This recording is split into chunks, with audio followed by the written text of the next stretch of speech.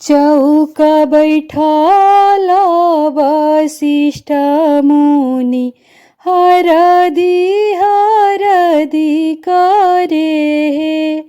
आरे बीताले हरदिया के जोन नाउन नाही आवेली।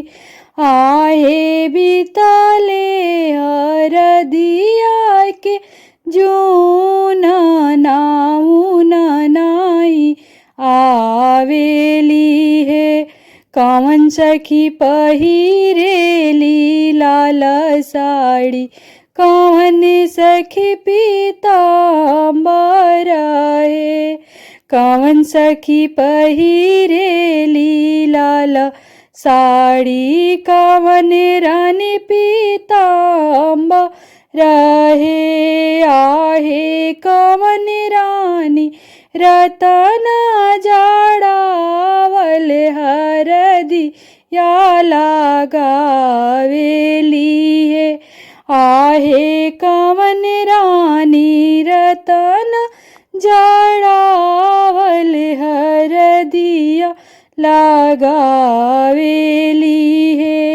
अम्मा रानी पहिरेली लाल साड़ी, चाची रानी पीतांबर है। आहे भाभी रानी रतन जड़ावल हरदिया चढ़ावेली है। आहे भाभी रानी रतन जड़ावल हरदिया चढ़ावेली है। चौका बैठाला वसिष्ठ मुनि हरदी हरदी करे हे। आहे बीताले हरदिया के जोन नाउन नाही आवेली हे। आहे बीतले हरदिया के जोन नाउन नाही आवेली हे।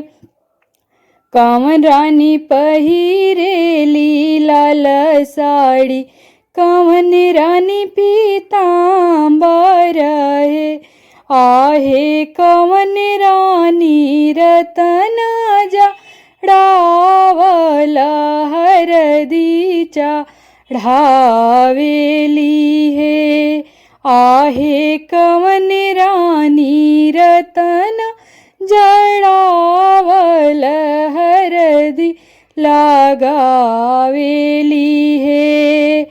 फुआ रानी पहिरेली लाल साड़ी, दीदी रानी पीतांबर हे।